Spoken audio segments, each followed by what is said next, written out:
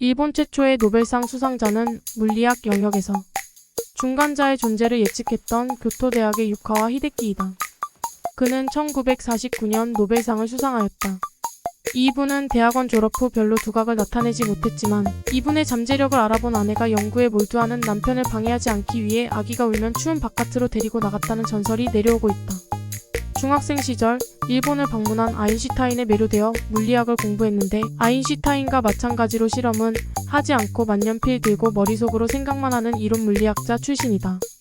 당시 원자는 원자 내부의 원자핵과 중성자로 구성된 것까지는 밝혀냈는데 둘 사이의 뭔 관계인지가 난제였는데 유카와 히데키는 중간자라는 것이 있어둘 이 상호 변환된다는 가설을 제시했고 본인은 실험하지 않았고 서양학자들이 연구하다 보니 정말로 중간자가 있다는 것을 알게 되어 이분에게 노벨상 수상을 하게 된 것.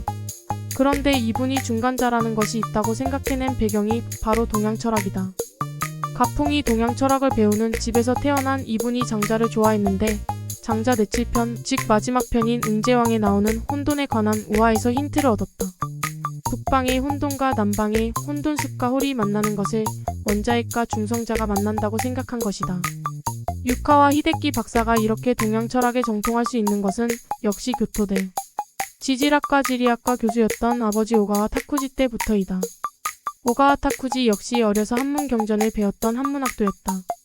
이 아버지도 지질학 지리학에서는 큰 업적을 남기신 분인데 재미있는 것이 1910년 조선이 일본의 경술국치를 당하던 해에 순조로부터 태극훈장을 서운받는다는 것이다. 당시는 한일합방 전이니까 외국 국왕으로부터 훈장을 받는 특이한 경우인데 당시 조선 왕조실록을 읽어보면 오가와 타쿠지 말고도 상당히 많은 일본인에게 태극훈장을 순조가 서운하는 것을 볼 수 있다. 조선 왕조실록 순조편 기록은 이렇다. 일본국 경도대학 교수 오가와 타쿠지를 특별히 훈 2등에 서운하고 조선 왕조실록에 자세한 서운 사유가 없어서 추측이 가능할 뿐인데 아마도 백두산을 비롯해 한반도 여기저기를 지질학적으로 연구한 그의 연구에 대한 서운이었을 것으로 판단되고 조선통 간부 임시간도 파출소 소속으로 1906만 1914이에 중국 측의 고구려 유적을 탐사한 연구 결과물도 있다. 오가와 타쿠지의 연구 중 가장 주목할 만한 것은 세계 최고의 세계 지도인 혼일강리 역대국 도지도를 교토용의 골짜기 대학용국대학에서 발굴해 학계에 보고한 것.